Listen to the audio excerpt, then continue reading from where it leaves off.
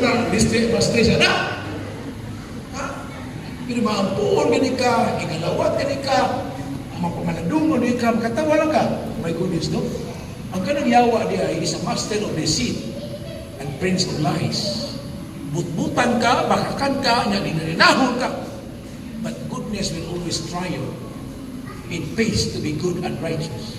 Ang buutang amahan, ang buutang bana, kasi kung sa paisulti siligan, ay ko na mataraw. Ay ko na nga, Padre, lipagkon mo ko na, Padre. Baka tuod eh, kay di basta tinuod.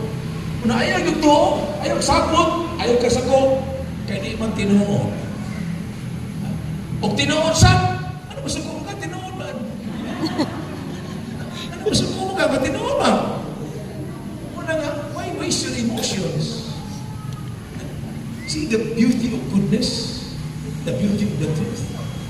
A truth will remain a truth even if the rest will not believe it.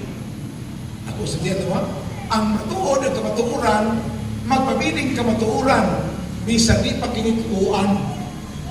Pero ang butot, baka, bisan tuhuan pastanan, bisan praktisyon pastanan, magpabiling yung pasang bot-bot, o baka, di na matinuod kung i-practice na tanan.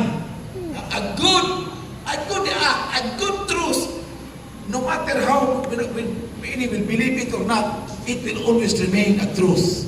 But an everything, a falsehood, a fake, bisa i-practice pa, bisa tuhuan, basta gahapon, ibig sa tanan, magpabiling yun siya kung fake. The contrast, when Satan multiplies only by deceit and falsehood, but goodness will always prevail. Again, kung sa may atong limitasyon, Psalm 16 na gikawit nila. Dali itang Ginoo sa ito. Bisa kanta ka sa Salmo. Tabangi ako. Matabangi mo ito. Di mo ito kaya kita-kita na. Oy, maawit mas mga salmista. Awit na ni Hari David. Nag-i-animit ko niya Jeremias. Di na ako kaya Ginoo. Tabangi itang ko.